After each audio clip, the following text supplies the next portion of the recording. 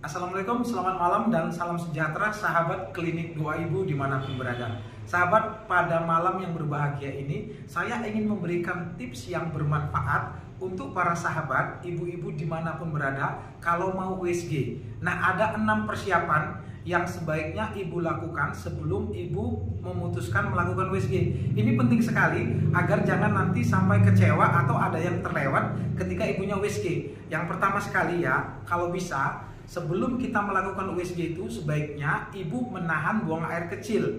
Ini terutama kalau misalnya ibu USG-nya itu USG kehamilan yang masih muda ataupun USG yang tidak hamil, misalnya gangguan haid atau ingin punya anak dan yang lain-lain, itu biasanya kan nggak hamil besar ya, atau hamil muda. Itu usahakan sebelum USG itu buang air kecilnya itu jangan dikeluarkan, jadi ditahan buang air kecil. Itu adalah tips yang pertama.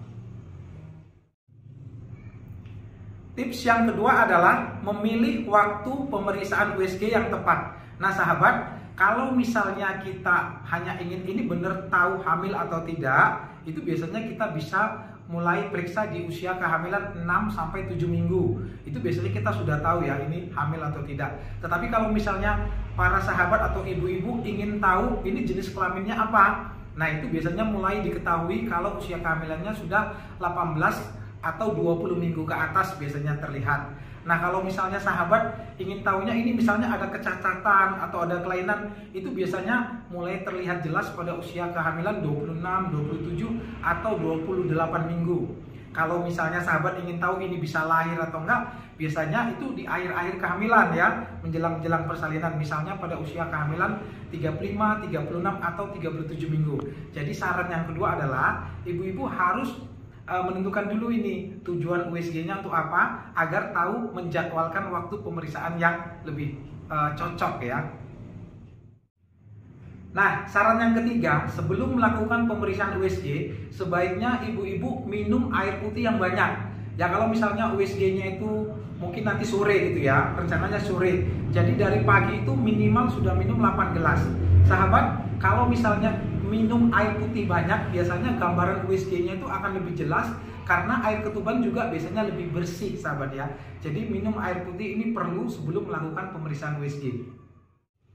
Saran yang keempat adalah buatlah suasana atau pakaian yang senyaman mungkin. Jadi ibu-ibu kalau mau misalnya melakukan pemeriksaan USG, usahakan memakai baju yang longgar, yang nyaman dan gampang dibuka ya, jangan yang ribet. Karena kan kalau USG itu pasti kan minimal membuka bagian perut. Jadi itu harus dipikirkan, pakai baju yang nyaman, yang longgar dan gampang dibuka. Kemudian buat suasana hati itu senyaman mungkin dan suasana badan itu seenak mungkin. Jangan makan terlalu banyak, misalnya terlalu kenyang, ataupun jangan dalam keadaan kelaparan. Jadi buat suasana senyaman mungkin agar pemeriksaan USG-nya lebih lancar dan menyenangkan. Tips yang kelima adalah jadwalkan pemeriksaan USG itu diusahakan pada waktu bayi sedang bangun. Nah ini perlu ya, karena kan gerakan bayi itu bisa kita nilai untuk menilai apakah bayinya itu sehat atau enggak. Nah bayi sendiri dia mempunyai ritme tidur mulai usia kehamilan 19-20 minggu biasanya. Nah setelah 19-20 minggu itu ibu-ibu harus perhatikan pada waktu kapan si bayi sering bergerak. Kalau dia sering bergeraknya sore, berarti dia waktu bangunnya itu sore hari. Nah maka jadwalkan USG-nya pada waktu sore hari. Tetapi kalau misalnya dirasakan gerakannya itu banyak pagi, ya jadwalkan USG-nya pagi hari agar nanti ketika USG bayinya dalam keadaan bangun dan kita bisa melihat gerakannya. Jadi ini selain juga nanti dokternya mendapat gambaran lebih jelas, juga nanti akan lebih seru kalau gambaran USG 4 dimensinya ada kelihatan gambaran bayi yang sedang bergerak-gerak. Saran yang keenam, yang terakhir, ini merupakan saran yang menurut saya paling penting sebenarnya, karena ini sering sekali terjadi dan ibu-ibunya menyesal. Nah itu adalah menyiapkan daftar pertanyaan. Jadi sebelum sahabat atau ibu datang untuk melakukan pemeriksaan USG, siapkan daftar pertanyaan yang ingin ditanyakan. Jangan nanti setelah pulang, baru teringat, tadi kok nggak nanya ini, tadi kok nggak nanya ini. Akhirnya sibuk telepon atau sibuk WA dokternya ya. Jadi kan itu kan sayang, padahal kan pada waktu pemeriksaan itu adalah kesempatan yang sangat baik untuk ibu-ibu bisa tahu banyak hal. Jadi siapkan daftar pertanyaan agar tidak kecewa. Sahabat, mungkin itu saja, ada 6 tips yang bisa saya bagikan pada kesempatan malam hari ini. Semoga tips ini bermanfaat ya, agar para ibu-ibu yang mau USG di mana saja mempunyai gambaran dan nanti USG-nya bisa lancar dan informasinya bisa lengkap dan baik.